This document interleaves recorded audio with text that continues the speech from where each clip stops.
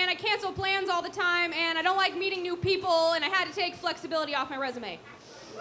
The fact that sometimes I overdose on caffeine in bookstores and make strangers uncomfortable by asking them why self-help books never have pictures. Also, I just experienced the feeling when your ex-boyfriend posts the last picture he took of you in which you look like you're descending into hell backwards. I still haven't found a proper way to make a pun out of sexy and dyslexia because dyssexia sounds like a much more upsetting disease.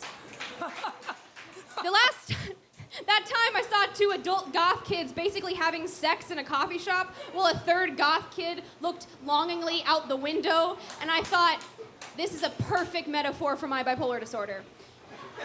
And then I thought, good God, why will they not just leave? And I thought, this too is a good metaphor for my bipolar disorder. And so, why do little kids stare at you for way too long? And, why is decay so romantic? When you fall in love, you picture getting old together, right? Like life is a race and you're only okay with winning if someone else wins too, so yeah, I guess that sounds kind of nice. This aside, I would fuck the brains out of anyone who hates donut holes as much as I do and thinks they should be called donut plugs, regardless of how disgusting that sounds. I was also going to write a poem titled, "Congratulations, you're in love with me and finally understand the meaning of collateral damage." And one called, "Last week, a man watched me walk to my car like this year gave him permission to fuck me from across the street."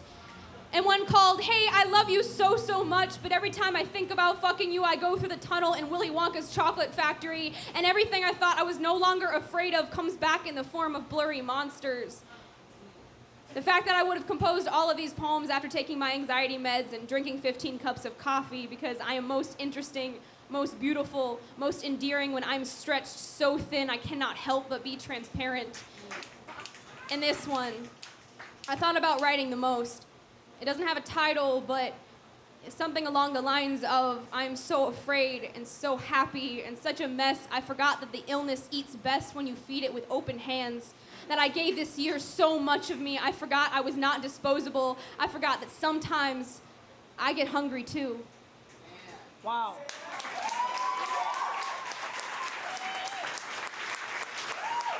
Thank you.